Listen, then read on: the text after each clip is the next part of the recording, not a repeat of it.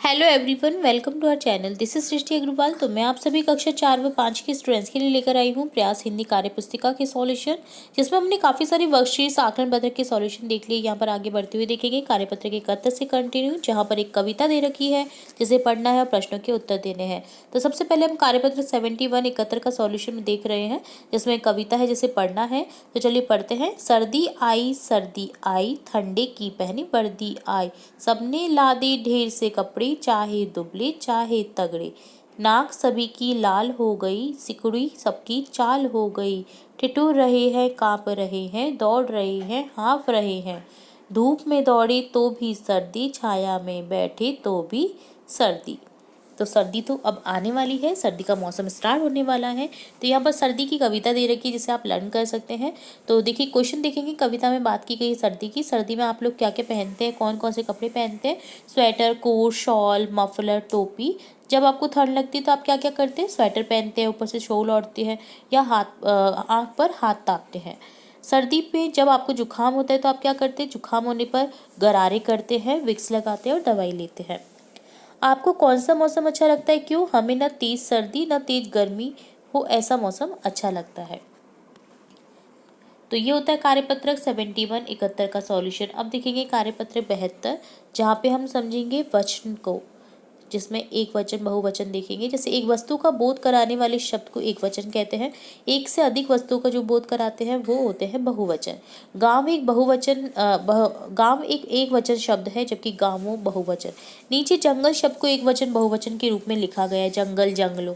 इसी तरह से आप नीचे कुछ शब्दों को एक वचन बहुवचन के रूप में लिखिए, जैसे खिड़की खिड़कियाँ, पंख पंखों, बस बसों।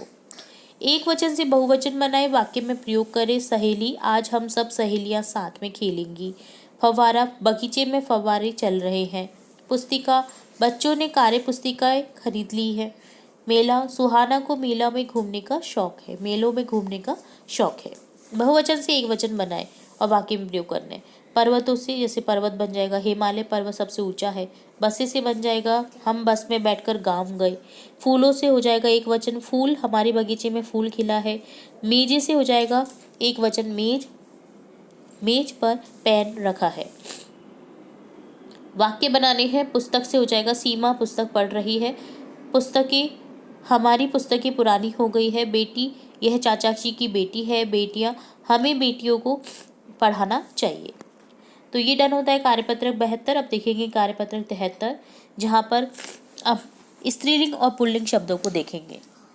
तो देखिए, स्त्रीलिंग से पुल्लिंग बनाना है। घोड़ी का हो जाएगा घोड़ा, सखी सखा, पहाड़ी पहाड़, लड़की लड़का, शेर शेरनी, बंदर बंदरिया। यहाँ पर पुल्लिंग से स्त्रीलिंग बनाना है, ठीक है। शेर का हो जाएगा शेरनी, बंदर बंदरिया, नगर का नगर ही रहेगा, और महाराजा का हो जाएगा महारानी। तो नगर का नगरी हो जाएगा, ठीक है। यहाँ पर आप ई की मात्रा जोड़ दीजिए, बड़ी ई की, ओके। नगरी। हम बोलते समय कहते हैं दादी जी जाती हैं, दादाजी जाते हैं। इस प्रकार नीचे लिखे वाक्यों का बदल कर सामने लिखिए। तो देखिए, दादी जी का दादाजी एक, मतलब यहाँ पर लिंग चेंज हो गया है, ओके। तो देखिए, नाना जी बाजार जाते हैं, जैसे नानी जी बाजार जाती हैं। तो माँ स्कूटर चलाती है, पापा स्कूटर चलाते हैं। दादाजी घूमने जाते हैं, दादी जी घूमने जाती हैं। लड़के साइकिल चलाते हैं, लड़कियाँ साइकिल चलाती हैं। मामी मिठाई लाती है, मामा मिठाई लाते हैं। बुआ फिल्म देखती है, फूफा जी फिल्म देखते हैं। शेरनी शिकार करती है, शेर शिकार करता है। बच्चा हंसता है, बच्ची हंसती है। तो यहाँ पर आपने सिंपली स्त्रीलिंग से पुल्लिंग, पुल्लिंग से स्त्रीलिंग शब्दों को देखा। तो ये होता है कार्यपत्र 73 डन। अब देखेंगे कार्यपत्र 74, जिसमें अलग अलग संदर्भ में हम समझेंगे शब्दों को। नीचे लिखे कथन के लिए एक शब्द लिखे।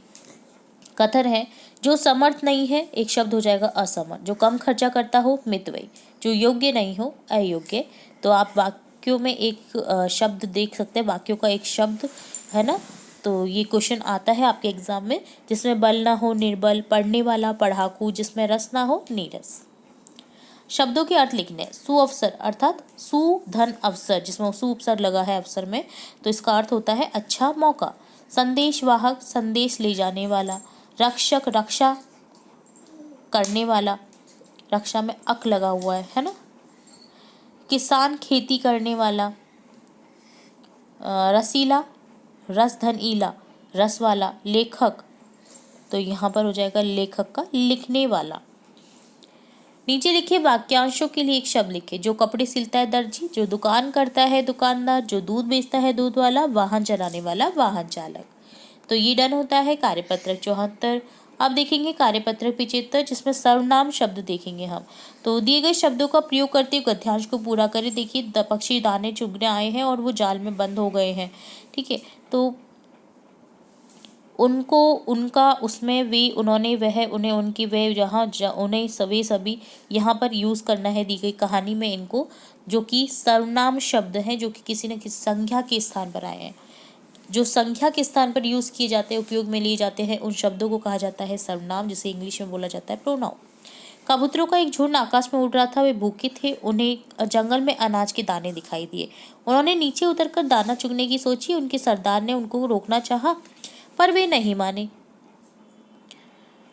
और वे सभी दाना चुगने जमीन पर उतर गए। वहां जाल बिछा हुआ था। सभी कबूतर उसमें फंस गए। केवल उनका सरदार अलग उतरा, इसलिए वह नहीं फंसा। तो लालच किया कबूतरों ने, इसी कारण वो फंस गए, जबकि उन्होंने उनको मना भी किया था उनके सरदार ने, पर वो नहीं माने। तो इस तरह से आपको कंप्लीट करना था। इस कहानी को अपने शब्दों में अपनी कक्षा में तथा घर पर सुनाइए। तो इसे लर्न करें, आप सीखें इस कहानी को और इसे कक्षा में और अपने घर पर सुना सकते हैं। तो ये डन होता है कार्यपत्रक 75। साथ ही देख लिखा हमने कार्यपत्रक 74, 73, 72, 71 के सॉल्यूशन। इसी के साथ में हम आगे भी कार्यपत्रक के सॉल्यूशन देखते रहेंगे और भी इंपॉर्टेंट वीडियोस आपकी कक्षा से रिलेटेड देखते रहेंगे। तो जुड़े रहे हमारे चैनल के साथ। वीडियो को पूरा देखने के लिए धन्यवाद।